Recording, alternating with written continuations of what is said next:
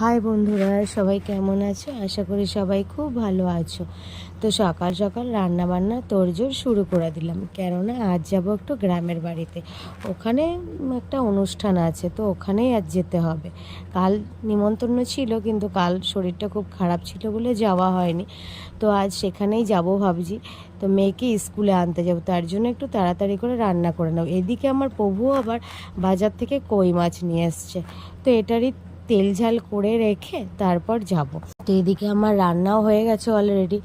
তারপর আমি একটু ঘরের কাজগুলো বাগিয়ে নিয়ে মেয়েকে আনতে ছুটলাম। তো মেয়েকে নিয়ে এসে স্নান টান করিয়ে, ওকে মেনুতে ছিল আলু পোস্ত, না খেরো আলু পোস্ত, আর এদিকে তেলকই আর স্যালাড, আমের চাটনি, এটাই। তো মেয়েকে একটু ঝটপট করে খাইয়ে নিলাম, খাইয়ে নিয়ে আমরা দুজনে রেডি হয়ে গেলাম। নিয়ে ওর বাবা আমাদেরকে পৌঁছে দিয়ে এলো, কেননা ওর তো অফিস ছিল। তারপর ওখানে গিয়েই আগে ঠাকুর দর্শন করে নিলাম, প্রণাম করে। তারপর সব কীর্তন হচ্ছিল, মানে কীর্তনটা তখন শেষ হচ্ছিল, তো কুঞ্জভঙ্গন হচ্ছিল। নিয়ে ওটা একটু দেখে তারপরেই শেষ করছি। সবাই ভালো থেকো, সুস্থ থেকো, সাবধানে থেকো, আর প্লিজ আমার পেজটাকে লাইক কমেন্ট শেয়ার করো। Thank you.